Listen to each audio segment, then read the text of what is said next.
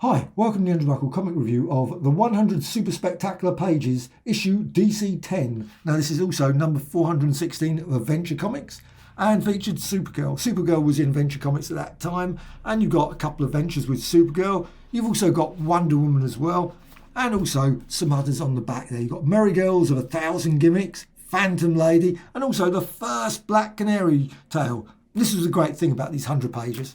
Always great because you had a couple of Golden Age stories, certainly characters that I wasn't familiar with. Now, Supergirl, definitely love those stories. Bought many of those Adventure Comics ones as well as others, Action Comics, etc. And, well, they were great stories. And you can see someone's actually nicely put Action Comics 309, Action Comics 310, Flash 86, etc. Now, this came out in March 1972. There were a number of these 100-page ones around that time. Bought quite a few of them. Unfortunately, I haven't got many of them. However, this story, very good. You've also got good old Super Horse in the story. I'm not saying Super Cats in the story, however. But you've got the usual rogues, villains, of course, in the Phantom Zone.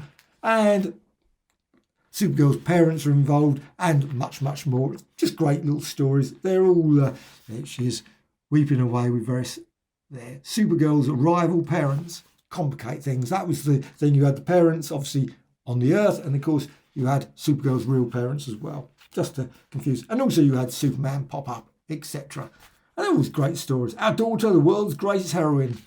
And I love this things like here, making a cake. Nice little super cake there, or whatever they called it. So a kryptonite rainbow cake. Looks very tasty, I'm certain. This one here, just wait till you try the dessert of 100 flavours, which is freezing with his super breath. Yeah, great stories. They were good stories, and the omnibus editions, I just love looking through those. However, this one, Johnny Thunder. Now, Johnny Thunder was the main character, though he was supplanted by, of course, the Black Canary after a short number of issues. Now, this was from Flash, as it said, 86, 1947. Great little story. Of course, Black Canary was very early days with Black Canary, and you can see there she was with Johnny Thunder. And, of course, he's got his, of course, Say You assistants. And of course he pops up and causes a variety of problems and troubles, but it was just a great story. And Black Canary, he fell in love with Black Canary, and obviously that story didn't continue for very long, but still they were great. There is an archive collection that I just love, and also I think they brought out a recent collection as well of those Black Canary stories. Just great. They're of their period, of course. You've got all the usual rogues and villains, etc. Relax, it's for my girl. She wants to meet society. And, well, then on to Wonder Woman. And many of these, of course, have been reprinted recently as well. Of course, you've got the omnibus editions. At some point, they will actually eventually bring out volume 5 of the omnibus edition, the Golden Age one. I'm not going to hold my breath on that. I assume they will, but it's drifted, obviously, probably because of what everyone knows about. It's just drifted and drifted and drifted. And I just keep looking, thinking it will come out eventually. So this one, Wonder Woman 28, of course this one has come out, Villainy Incorporated, a vast number of characters turn up with the usual rogues there you can see, and this is by Charles Moulton, obviously, slight variation of his name. And you've got, I love the artwork. Peter's artwork was absolutely amazing. I love these characters. You've got the whole range of characters there. You've got Giganta, you've got Clear, is it Clear? Clear, Queen Clear, Brana Brilliant, the Blue Snowman, and so on. Hypnota, they have great names. No? Princess Mora, Dr. Poison, Zara, Cheetah, etc. Not a sissy in the lot, it says there. This is what I call Villainy Incorporated. No political correctness on that one. However, great little yarns, and she calls, I will not blah, blah, blah, it's my will against yours, etc. Well, you know Wonder Woman, she's not going to be, what's his name, like that. However, just great stories. The stories are real go off at super pace. They never do these sort of stories now. I mean, this is completely crazy storylines, but they're just, I think, some of the best. They're just great stories. And I love, again, always the sort of thing with she's in there, Diana Prince, of course. Not that anyone thinks, you know what, you look like Wonder Woman. No one ever did that, but why would they? Same with Clark Kent, etc. And also here, some, just beautiful. Right, so you've got that story there, and it goes on, and she battles everyone. This is a real epic. It's a bit like the Sinister Six with Spider-Man, sort of everyone throws in. However, well, the story's all over the place, but it's what a great yarn, though. Like I say, you've got Giganta there. Suffering Sappho, it's Giganta. And she's, of course, lots of skilled Amazon wrestler and much, much more. And then you've got underwater scenes as well. They throw the kitchen sink in these stories. They really just put everything in.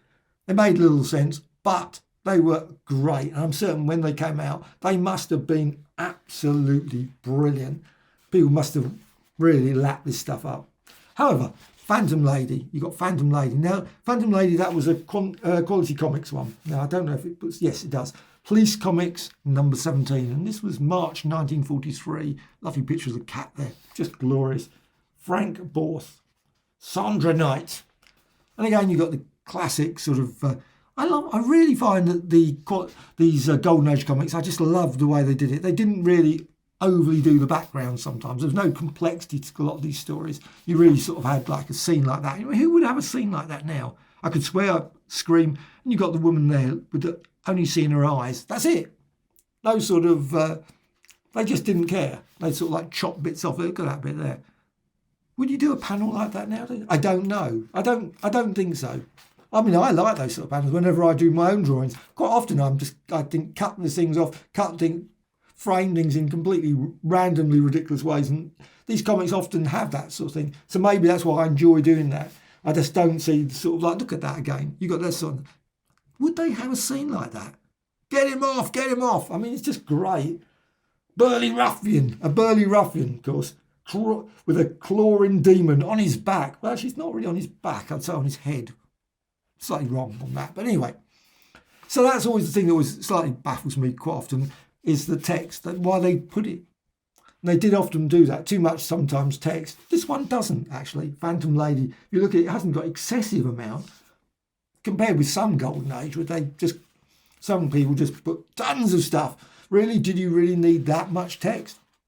However, great stories, get her off, etc.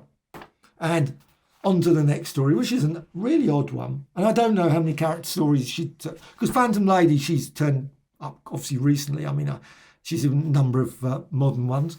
But this one, Mary, the Girl of 1,000 Gimmicks, I have no idea. Absolutely no idea. Well, she was in Star Spangled Comics, number 90, March 1949, 48. I think that's 49. Very hard to work out. And again, you've got a similar sort of fairly simplistic artwork, but just great story. A gimmick from my cape, but quick. And she goes into action there. I love the cars. And actually, that's one thing I always, quite often when I look at these comic books, is annoying slightly they don't put more background, because I actually quite enjoy the background because I like looking at the period. And so sometimes you see things, and of course you don't see computers, mobile phones, all that sort of stuff, but you just see a completely different world just in the background, like you do in films, of course, those old classic films. You got, I want your cape and gimmicks, he says, obviously he's got there. Now again, no idea if she continued on, maybe she did, maybe there was a number of stories. I'm really not familiar with the character, but still, really good story. However, what we have got also is this, and you've got a lovely female, obviously the various letters, always good, and you've got a variety of different things there talking about DC specials. This one was Plastic Man. I've never seen that one. So this one, a big All-American of 1944, 138 page. Now that'd be brilliant. I'm surprised they've never reprinted that. Well, they did an archive collection. Unfortunately, I haven't got that archive collection, but I'm surprised they've never done a recent. Maybe they have, I don't know. It's possible. But that was quite a classic. That had loads of stories in. Again, if you don't like Golden Age stuff, you probably wouldn't like it. But I just love these Golden Age ones. They're just great. And this is what I liked about these 100-page spectators. They used to pile in loads of them. And then you got this one. Weirdly, they put the cover, which they don't normally do. That was just odd. Quite often you go all the way through this, they never put the covers. And yet this one, weirdly, they did. The Black Magic of Supergirl. And you've got obviously the Sorcerer's Spell. Even his mighty powers are helpless against my Sorcerer's Spell. Of course, Superman did suffer from magic. Always a big problem for him. And this was from Action 324 in May 1965. Obviously, got a slight problem. I think you can see that she's got a bit of an issue there. However, that's always the way with the story. It's all resolved, of course it does. And you've got Superman, again, suffering from... And actually, I did thoroughly enjoy the recent series, Superman and Lois. I loved it. I thought it was just absolutely good. It made me enthused about Superman again after years of not particularly enthused about Superman, and just buying a few odd stories, just looking at them and reading some of the old ones again.